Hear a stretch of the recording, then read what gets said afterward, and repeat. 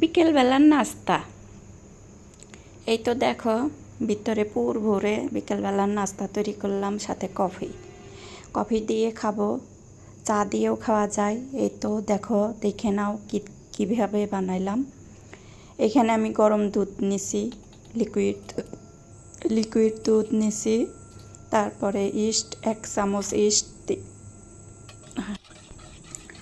তারপরে একটু ভালো করে মিশিয়ে দেব। 1 চামচ চিনি দিছি, এই তো চিনি দিয়ে দিলাম, পরিমাণ মতো লবণ দিয়ে দিলাম, সব কিছুই পরিমাণ মতো দিয়ে এখন এই তো একটু সময় রেখে দেব। তারপরে আটা দিয়ে মাখিয়ে নেব, তারপরে একটা ডিম ভেঙে দেব চামচের সাহায্যে, একটু নাড়াচাড়া দিয়ে তারপরে দেখলাম একটু টাইট লাগে, তারপরে একটা ডিম ভেঙে দিলাম।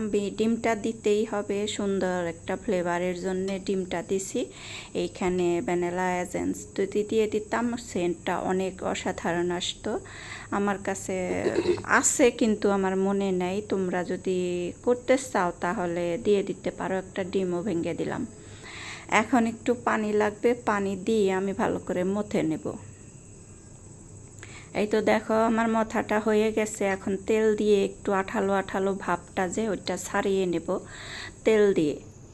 তেলটা একটু বেশি হয়ে গেছিল, প্রথমে তো আমি তেল দিছিলাম না, এই জন্য একটু বেশি করে দিয়ে দিছি। এই যে সুন্দর একটা ডো আকারে তৈরি হয়ে গেছে। এখন ঢেকে রেখে দেব। তারপরে এখানে আমি একটা ভিতরে ভরার পুর বানিয়ে নেব।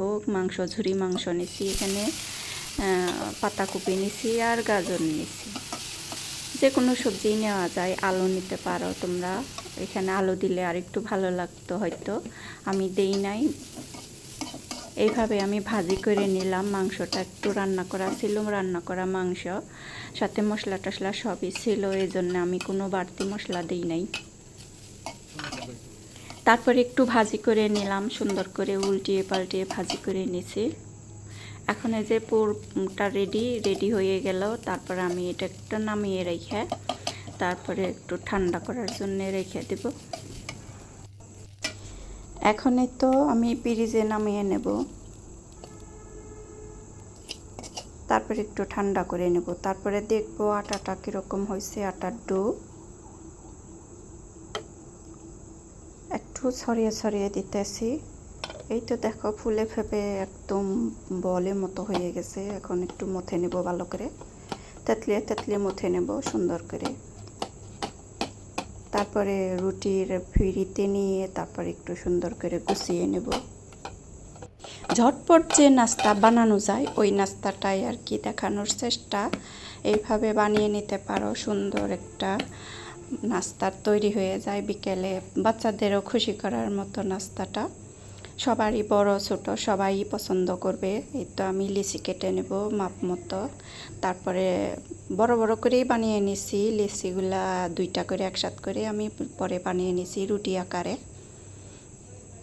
প্রথমে তো কম লাগলো, পরে 2টা করে মিলিয়ে আমি এই তো সুন্দর করে গোল করে বলের মতো করে নিছি। এখন এই তো রুটির মতো মেলিয়ে নিলাম। তারপরে এখানে ভরে দেব পুর। এই যে পুরটা বানিয়ে নিছি ওই পুরটা এভাবে মেলিয়ে তারপরে ভিতরে ভরে ভাঁজ দিয়ে দেব। যে কেউই বানাতে পারবে, এইভাবে বানাতে খুবই সহজ একটা রেসিপি। দেখলে খুবই ভালো, মানে শিখতে দেরি হবে না। এই তো এইভাবে বানিয়ে নিলাম। সাথে ইস্ট দিয়ে তারপরে কিছুক্ষণ রেখে দিলে এরকম একটা নাস্তা তৈরি করা যায়। আমি খুব সহজেই বানিয়ে নিছি চায়ের সাথে সন্ধ্যায়। খুবই সুন্দর একটা রেসিপি।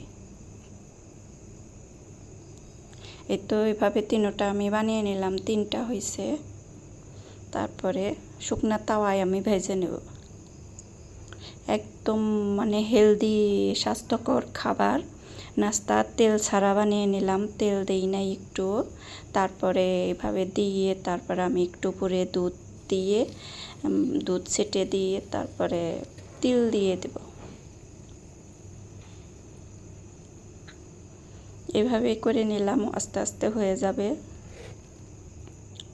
ধীরে ধীরে জাল দিতে হবে, জালের আঁচটা কমিয়ে দিতে হবে। তিল ছিটিয়ে দিলাম উপর দিয়ে।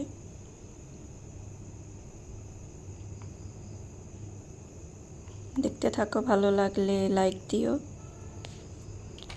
আর যদি দেখতে দেখতে ভালো লাগে বেশি তাহলে পাশে থেকে যাইও ভালোবাসা দিয়ে। এভাবে ঢাকা দিয়ে আমি অনেক 10-15 মিনিট আমি ভাজা করে নিছি। উল্টিয়ে দেবো, তো এক পিঠ হয়ে গেছে।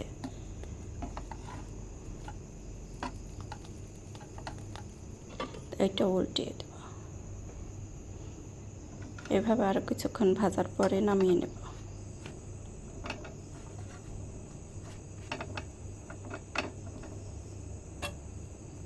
দেখতে থাকো, দেখতে দেখতে ভালো লাগতে পারে। অনেক মজার, অনেক টেস্টি। দেখতে দেখতে বানিয়ে নিলাম। এই তো পরবর্তীতে যে আরেকটা রয়ে গেছে ওইটাও আমি বানিয়ে নেব, ভাজা নেব। ওই তো হয়ে গেছে, ঢাকা দিয়ে রেখে দিছিলাম কিছুক্ষণ।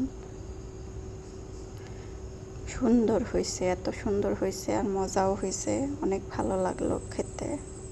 এভাবে বানিয়ে তো বানরুটি